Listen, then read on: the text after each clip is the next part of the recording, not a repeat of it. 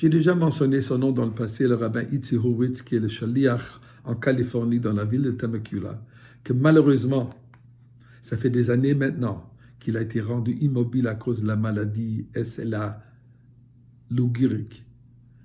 Incapable de parler ou d'écrire, le seul moyen qu'il peut communiquer, c'est par un certain programme où il peut écrire des lettres avec les yeux.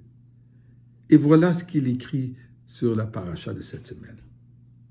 La paracha de cette semaine où nous avons lu Oz Yashir, le chant de Moshe Rabbeinu et le chant que Myriam a chanté. La paracha, la Haftara est le chant de Deborah. Deborah, la prophétesse et la juge. L'histoire, Deborah a convoqué son général Barak ben Abinoam pour faire la guerre contre le puissant général cananéen Sisra. Barak a insisté que Deborah soit présente au combat, ce qu'elle a accepté. En allant en guerre, ils ont vaincu d'une manière extraordinaire. Sisra, qui a réussi à s'enfuir de son armée, pensait retrouver sécurité dans la tente de son ami Chever. Yaël l'a invité d'aller dans sa tente, pensait que là, il va être en sécurité. Elle lui a donné du lait à boire puisqu'elle avait très soif. Le lait qu'il a endormi, et là, elle l'a tué. Là-dessus, sur ce grand miracle, Deborah a chanté le cantique Shirat Deborah. Mais intéressant, même que ceci, bien sûr, le lien entre le chant de la paracha et le chant de Deborah, mais il y a une différence flagrante. Dans la paracha, nous parlons que les hommes et les femmes, ils ont chanté, tandis que l'Haftara de Deborah n'est que la femme qui a chanté. Et voilà ce que Rabbi Itzir reprend sur une sikha du Rabbi et explique que malgré le fait que les hommes et les femmes ont chanté, mais c'est surtout le chant de la femme, des femmes, de Myriam Anevia, qui était le chant le plus important de la paracha de cette semaine. La raison, comme on a expliqué les 2 journées qui sont passées, que le chant des femmes était plus puissant, avec plus de foi, avec plus d'intensité. Et ceci, on le voit par le fait qu'elles non seulement elles ont chanté, mais elles ont dansé avec le tambourin. Le tambourin, comme on a parlé, est qui est le symbole de leur foi.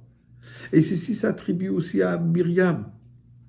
Myriam, le mot Myriam veut dire amertume.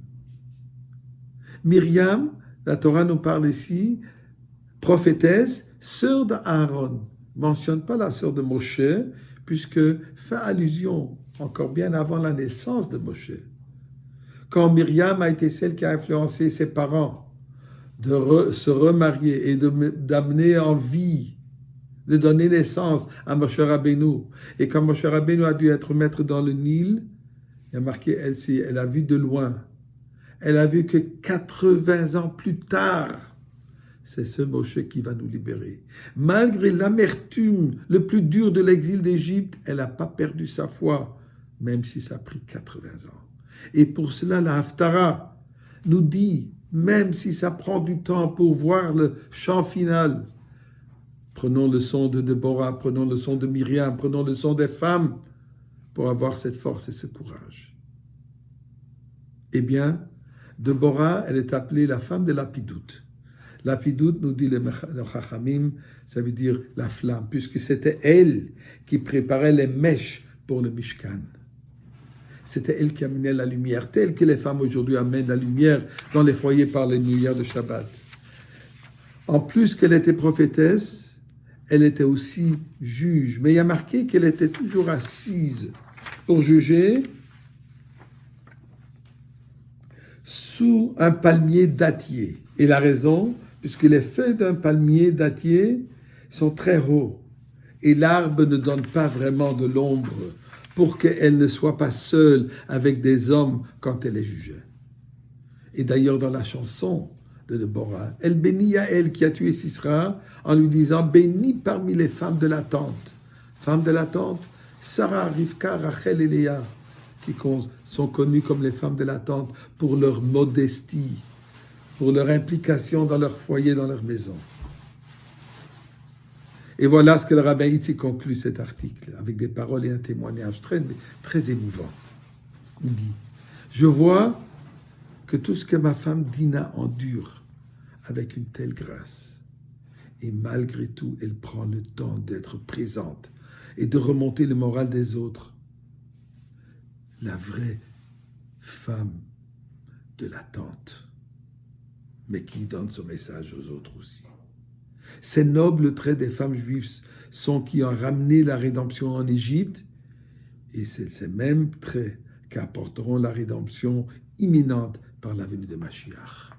Mesdames, je vous prie, ce soir, quand vous allumez les bougies de Shabbat, pensez à Rabbi Itzi et à sa famille, et à tous ceux qui ont besoin d'une refoua shlema, et certainement, pensez, priez pour la Goula imminente. Shabbat Shalom.